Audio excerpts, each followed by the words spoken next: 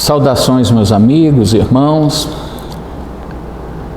Saudação também aos amigos que estarão assistindo essa atividade posteriormente na rede.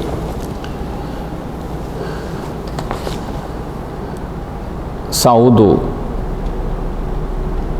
todos os queridos irmãos da espiritualidade da nossa casa de trabalho, de atividades. Essa nossa casa é uma casa espiritualista. O nosso tutor é a entidade Ramatiz, Kutume. E em função disso, as nossas características de estudo, de trabalho, é de cunho universalista, como em tese deve ser toda casa vinculada a Ramatiz.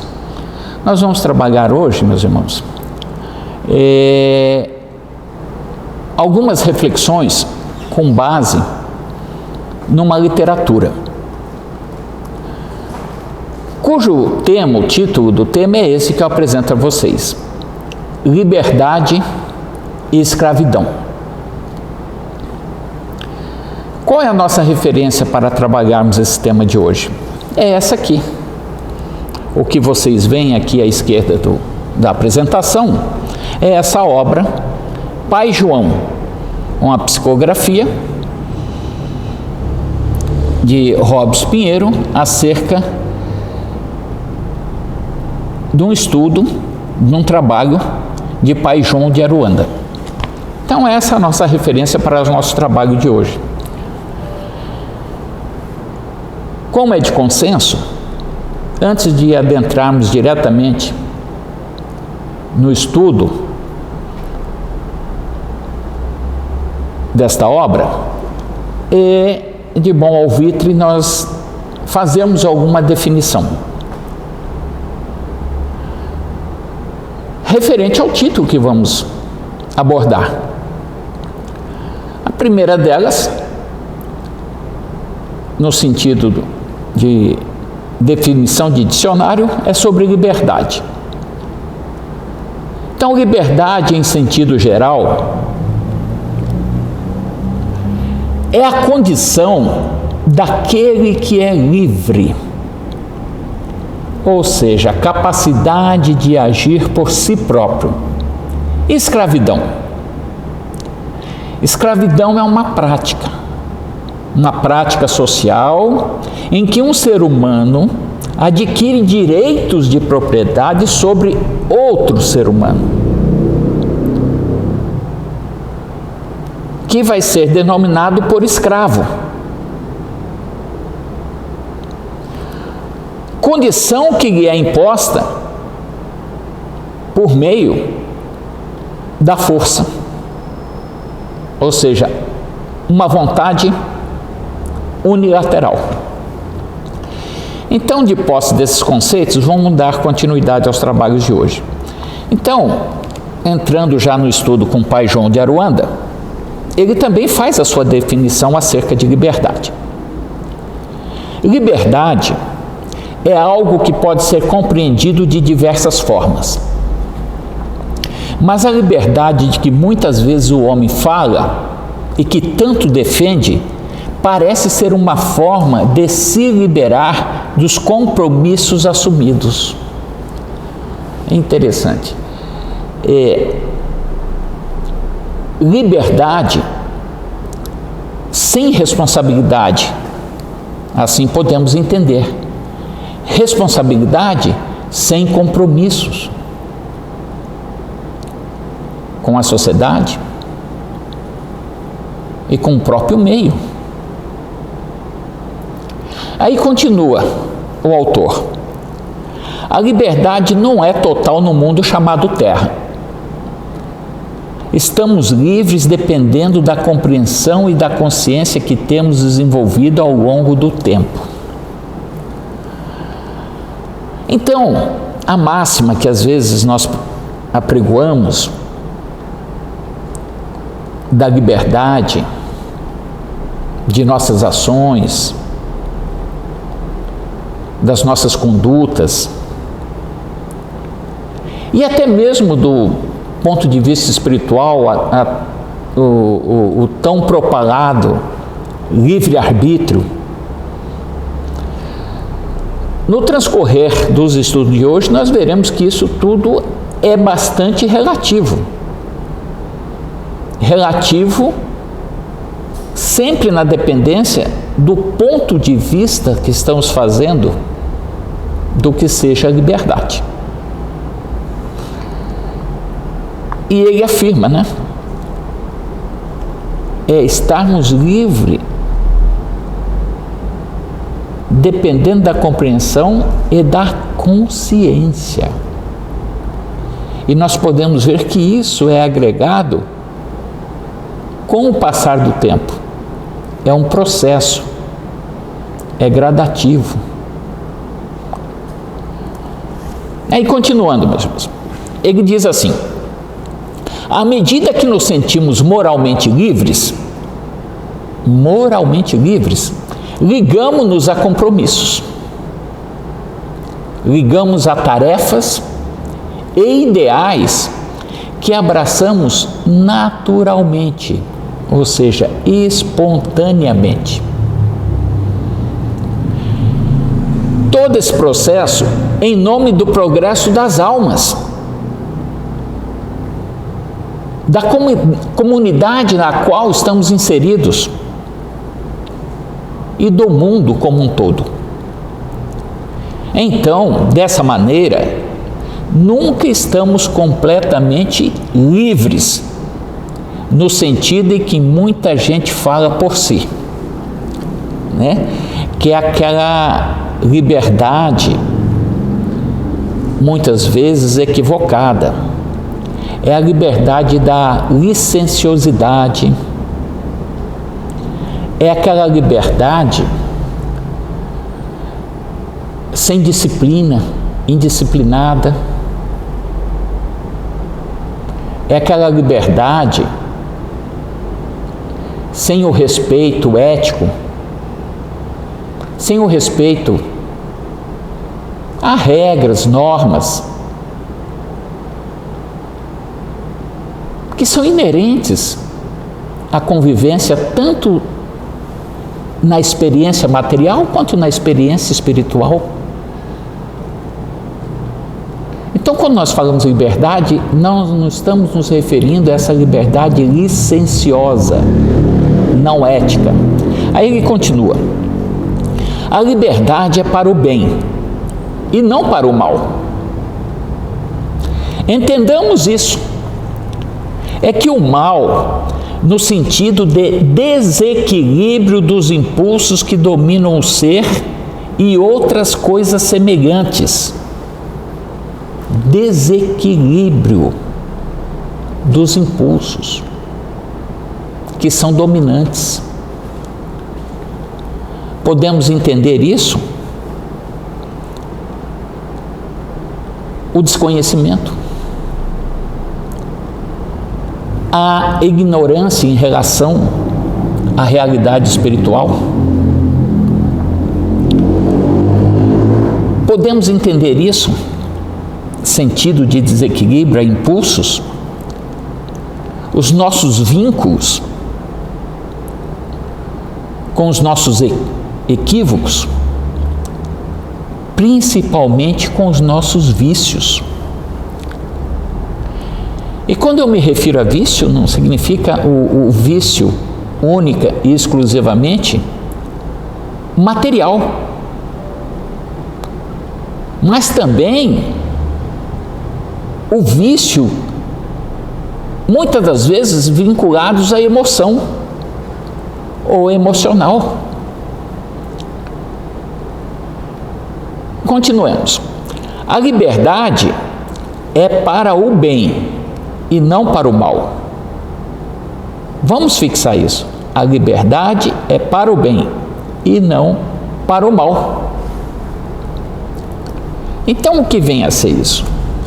É nos livrarmos da escravidão da ilusão. E ele diz assim: essa escravidão é tão intensa, dominando tanto a mente como o próprio corpo, a matéria em si, em que um indivíduo subjugado pela viciação e pelo desequilíbrio tem a impressão de que agem daquela forma justamente por ser livre. Aquela liberdade que nós já falamos, descompromissada, aquela liberdade ilusória, licenciosa. E com isso ele acredita estar no pleno exercício da sua própria vontade. Quando a sua própria vontade está atrelada às próprias viciações.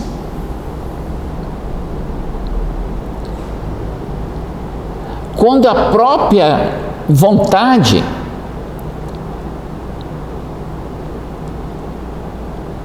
está fixa pelos grilhões, os grilhões da viciação.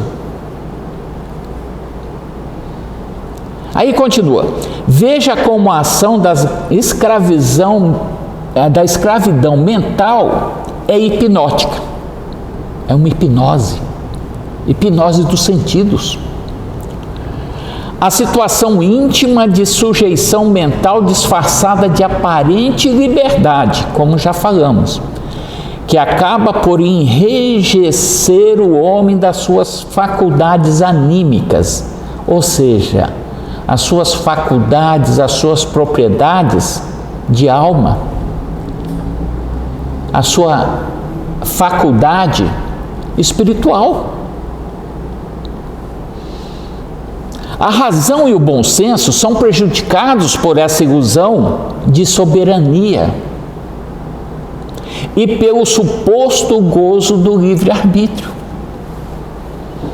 E como eu comentei com vocês anteriormente, o chamado livre-arbítrio, ele é relativo, porque ele não está desvinculado de compromisso e de responsabilidade.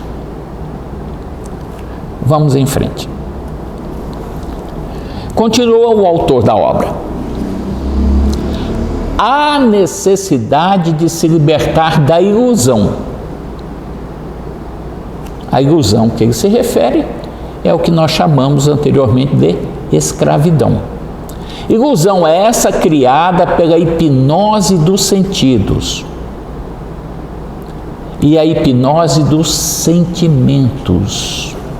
Uma obnubilação, um embaçamento dos sentidos e dos sentimentos. Somente com muito estudo, ir atrás do conhecimento, da informação, da verdade. Somente com muito estudo, conscientização, assimilar essas reflexões e comprometimento, vontade. O que é comprometimento? É a vontade. Comprometimento profundo com os ideais do Evangelho, a palavra do Mestre, que podemos despertar do transe momentâneo, sair dessa caixa de retenção, dessa prisão, e alcançar a alforria da alma, ou a alforria espiritual. Então ele nos diz que essa liberdade, ela está na dependência de nossas ações. Eu entendo que a principal aqui é a nossa vontade. A vontade de ir em busca. Em busca de quem? Do conhecimento. E como agregamos conhecimento através da pesquisa, do estudo, da informação.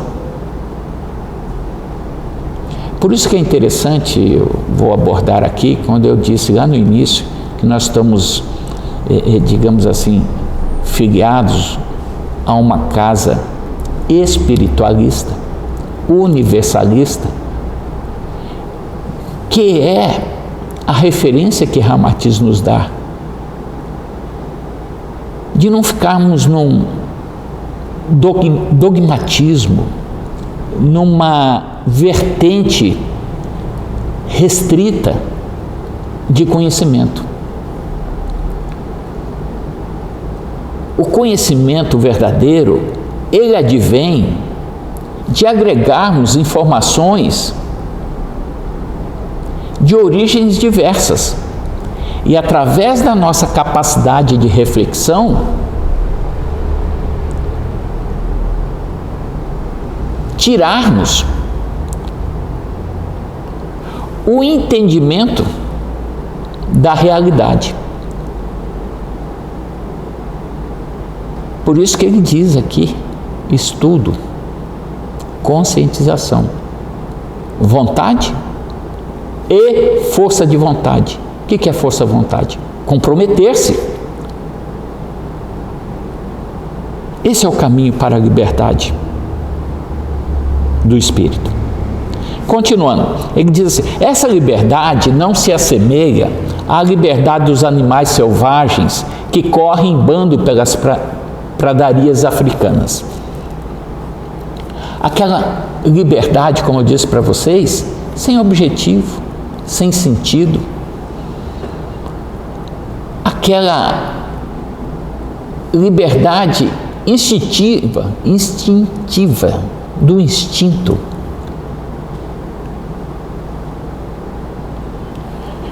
Ele diz assim: isso não é liberdade, isso é falta de direcionamento. Então não há um foco, não há um objetivo. Vamos em frente. Por isso que ele diz, no entendimento que o autor nos passa, a liberdade, o entendimento, o conceito, tem uma relatividade. Continuando, diz Pai João de Aruanda: eu falo de uma liberdade de pensamento associada à consciência e ao compromisso com o Cristo. Liberdade com dever, compromisso. Não um compromisso de natureza dogmática, não de natureza religiosa, mas sim com os valores que o Nazareno defendeu, atestou e representa. E eu vou mais além. Defendeu, atestou, representa e demonstrou. Ele foi o exemplo vivo dos seus ensinamentos através da prática ou de suas ações. Aí, continuando, a liberdade de que nos fala o Evangelho é aquela que nos faculta ver a vida, ver o mundo e a nossa própria existência de uma forma mais ampla, justamente por isso ligado ao coração daquele que dirige os destinos da humanidade terrena, o Mestre Jesus.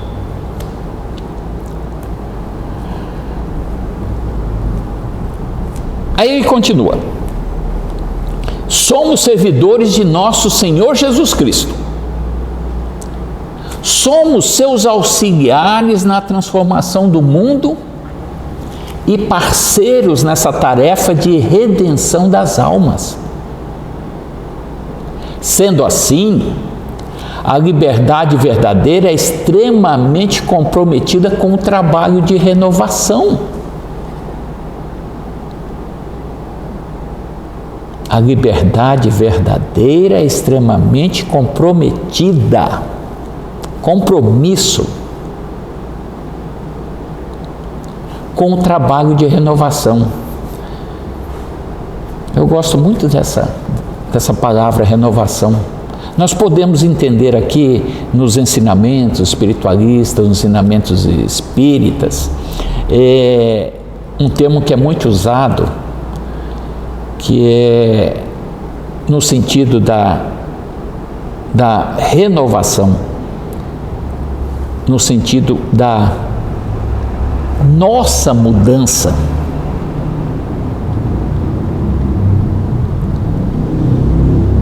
Da nossa forma de compreender, que na maioria, muitas das obras, é dito como reforma íntima.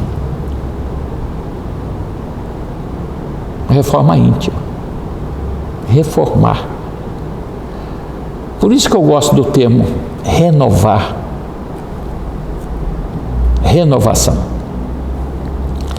Aí ele continua: não existe uma liberdade plena. Já vimos isso. É relativo. A liberdade sempre vai estar vinculada a quê? A compromissos. Não existe a liberdade plena como proclamam alguns. A liberdade, às vezes, na visão materialista. Sou livre para fazer o que quero. É aquela liberdade licenciosa. Então ele nos alerta aqui: não existe liberdade plena como proclamam alguns, já que estaremos sempre ligados a um ideal, um objetivo, e trabalhando unidos e submissos ao Senhor da vida. Quando ele usa esse termo submisso, eu não entendo como submissão, mas como servir, como servidores do Senhor da vida, e não como subjugação. Pelo menos é a leitura que eu faço dessa mensagem. Submisso não é no sentido de ser subjugado, não é isso, mas é no sentido de servir. E ele continua: de duas uma, ou nos achamos cativos do mundo, né? Lembra da frase? Não tem como servirmos a Deus e a Mamon ao mesmo tempo. Ou nos achamos cativos desse mundo, atrelado, vinculado a essa materialidade temporária e daquilo que representa toda essa vida terrena, ou servimos ao nosso Senhor em regime de parceria. Aí ele complementa: no primeiro caso,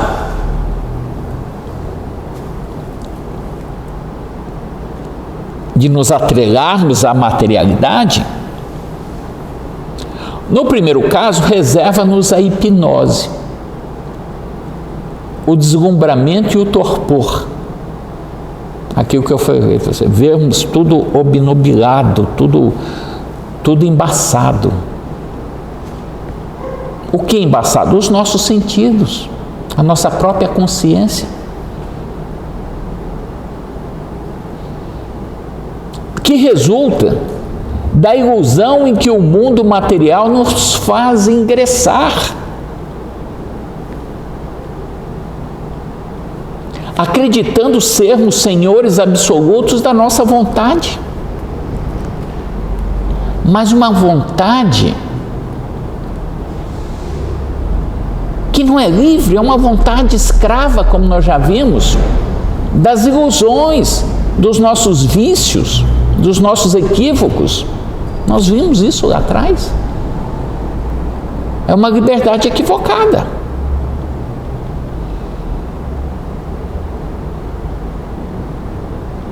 embora estejamos apenas seduzidos pela ilusão dos sentidos da matéria. Aí continua, já na questão de sermos servidores da luz, do Pai, através do Mestre, servimos ativamente como cooperadores de Jesus. É um serviço voluntário. Essa é a nossa liberdade. É voluntário. Que abre a visão da alma e promove o ser humano, a sua renovação, a sua ascensão consciencial, de tal maneira que a satisfação em servir se completa com a felicidade de se sentir útil na construção do mundo. Não a felicidade terrena, mas a verdadeira felicidade, ou seja, a sublimação.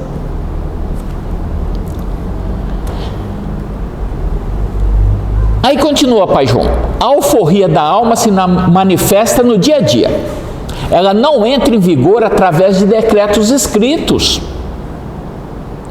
e nem está submissa às convenções pré-estabelecidas pela política do mundo, ou seja, pela política dos homens. As leis estatuídas pelo homem podem ser interpretadas de acordo com a época, com o lugar e com a vontade da sociedade e a vontade individual de cada um.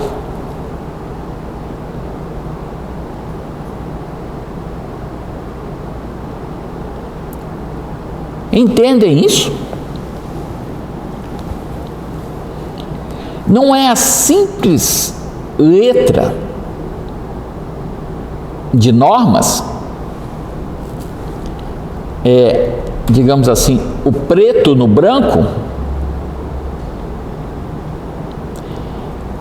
que vai fazer com que nós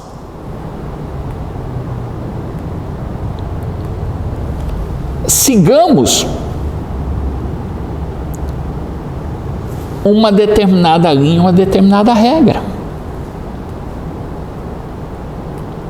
Nós já vimos que isso está além. E ele diz aqui, além disso, essas regras do homem não têm o poder de estimular os indivíduos a agirem. É a vontade. A liberdade da vontade, do compromisso. Agir em sua intimidade de acordo com aquilo que foi estabelecido. Os códigos e regulamentos humanos não regem a vida íntima, não alcançam as dimensões subjetivas, psicológicas e nem espiritual. Bela reflexão.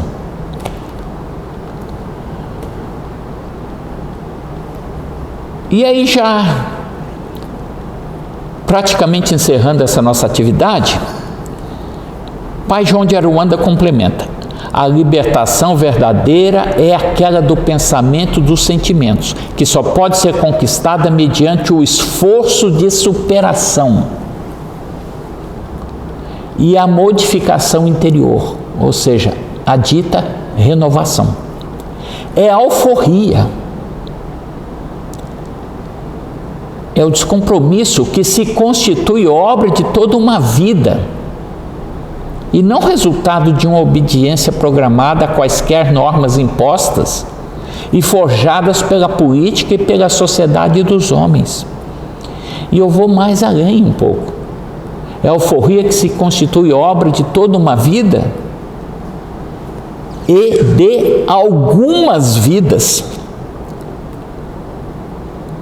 Aí ele continua, e por falar em política, é preciso dizer que a política divina, oposta em seus princípios à política humana, é baseada no amor, conforme nosso Senhor falou no seu evangelho. Mas não só falou, como o mestre demonstrou com a própria prática, com as suas ações. Demonstrando esse amor. Aí ele complementa em relação às regras do homem. A lei áurea foi promulgada para que os brancos libertassem os negros.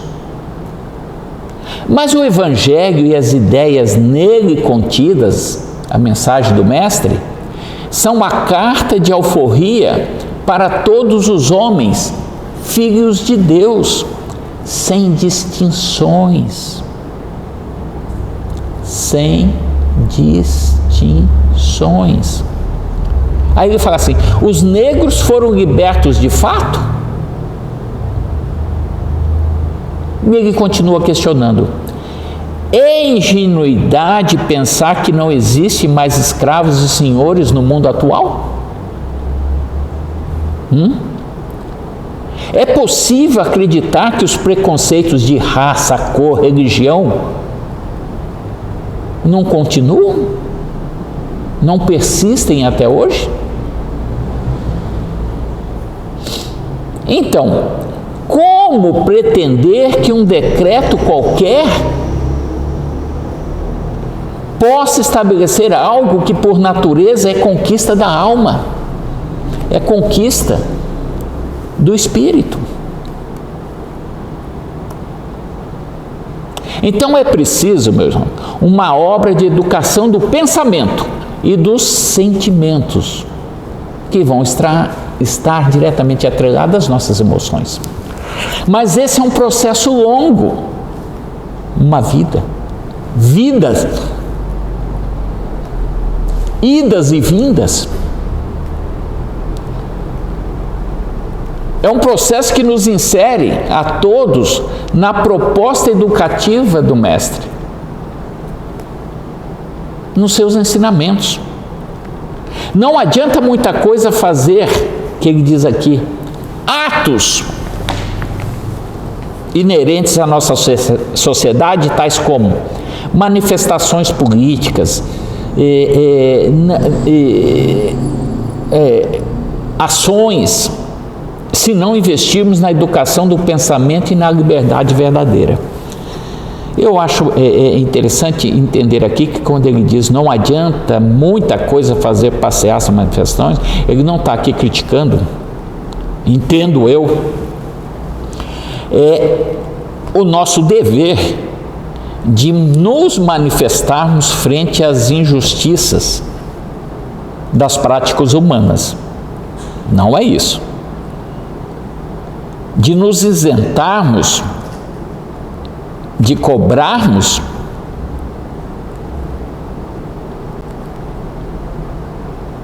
essas injustiças, de nos manifestarmos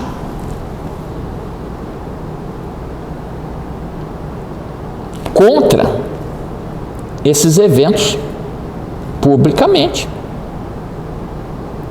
pois o próprio Mestre expulsou os vendilhões do templo. Não devemos nos acomodar com as injustiças, não é isso.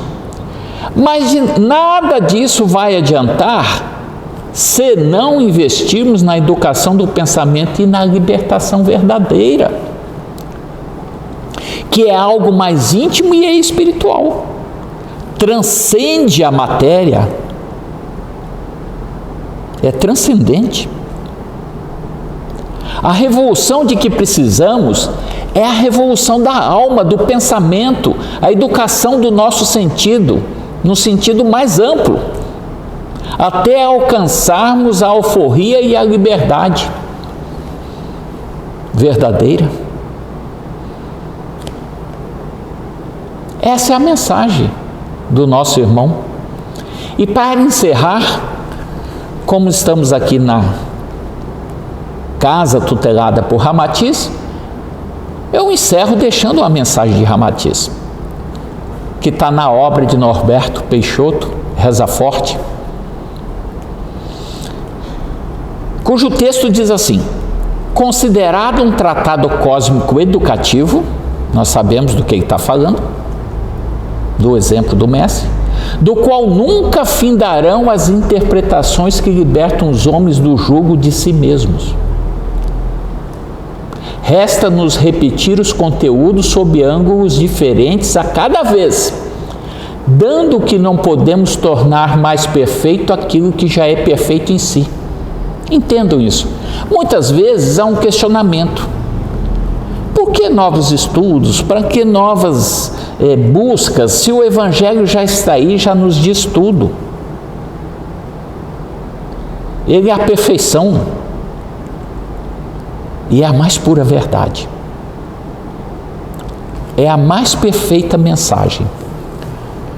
A questão não é a qualidade da mensagem, mas a capacidade do homem em entendê-la.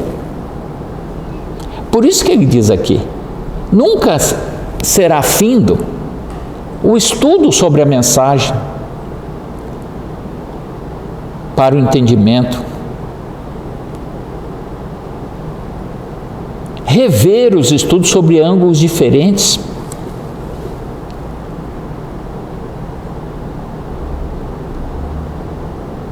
Pois cada vez que lemos e estudamos, quando retornamos a determinados assuntos, novas reflexões vão se aflorando.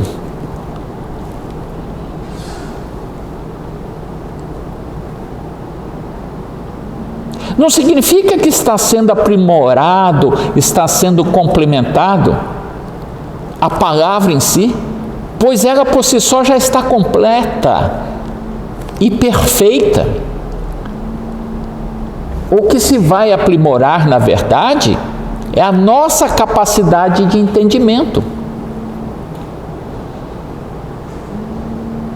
Aí continua assim Ramatiz: as leis divinas e o amor do Criador, o verdadeiro amor, amor que é a chave mestra de libertação.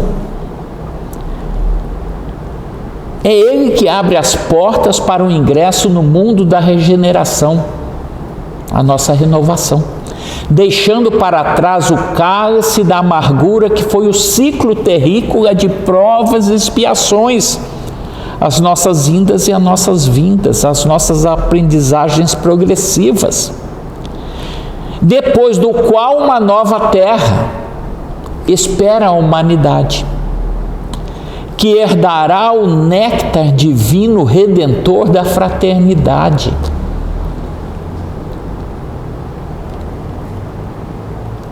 Liberta das ilusões mundanas. Processo que ocorrerá em escala planetária. Então é isso, meus irmãos.